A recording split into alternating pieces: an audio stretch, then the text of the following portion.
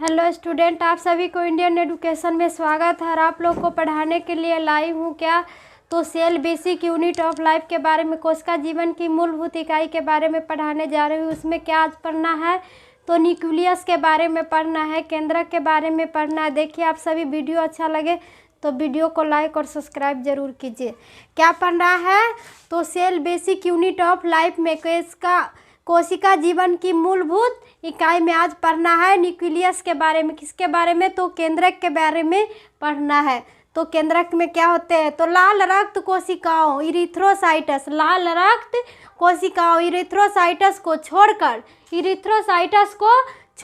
शरीर की समस्त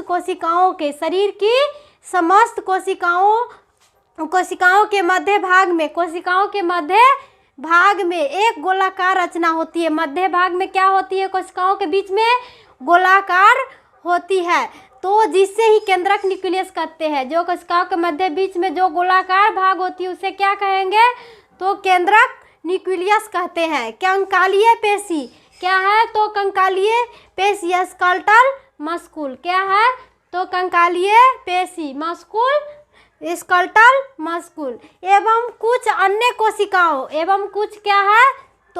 कोशिकाओं में एक से अधिक केंद्रक होते हैं। अन्य कोशिकाओं में क्या होते हैं तो एक से अधिक केंद्रक होते हैं। केंद्रक कोशिका का सबसे बड़ा अंगक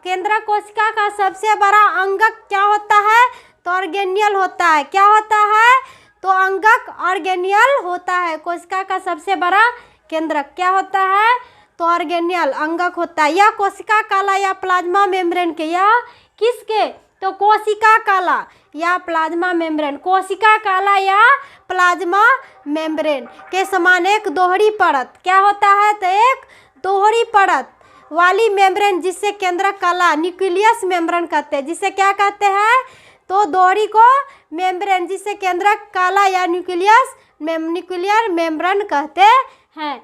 से चारों ओर से घिरा रहता है। चारों ओर से क्या होता है तो घिरा रहता है, तो जिससे क्या कहते हैं तो केंद्रक कहते हैं। चारों ओर से जो घिरा रहता है उसके बीच में जो गोला होता है उसको क्या कहेंगे केंद्रक कहते हैं। केंद्रक साइटोप्लाज्म से अलग रहता है। केंद्रक साइटोप्लाज्म से क्या रहते हैं तो अलग रहते हैं। साइटोप्लाज्म से केंद्रक अलग रहते हैं। कोशिका द्रव से अलग रहते हैं, मतलब अंदर गोलाकार बीच में भाग होता है, उसके अंदर साइटोप्लाज्म के अंदर होते हैं। न्यूक्लियर मेम्ब्रेन में छोटे छोटे छिद्र, न्यूक्लियर मेम्ब्रेन में क्या होते हैं तो छोटे छोटे छिद्र होते हैं। टाइनी पोर्स क्या है टाइनी पोर्स होते हैं। छोटे छिद्र क्या होते हैं तो टाइनी पोर्स होते हैं, जिससे कुछ ही पदार्थ इसके और साइटोप्लाज्म के साइटोप्लाज्म के बीच आ जा सकते हैं। बीच क्या हो जाते हैं साइटोप्लाज्म आ जा सकते हैं। एवं इन पदार्थों पर नियंत्रण रखती है। इन पदार्थों पर क्या रखती है तो नियंत्रण रखती है। तो न्यूक्लियस के भीतर विद्यमान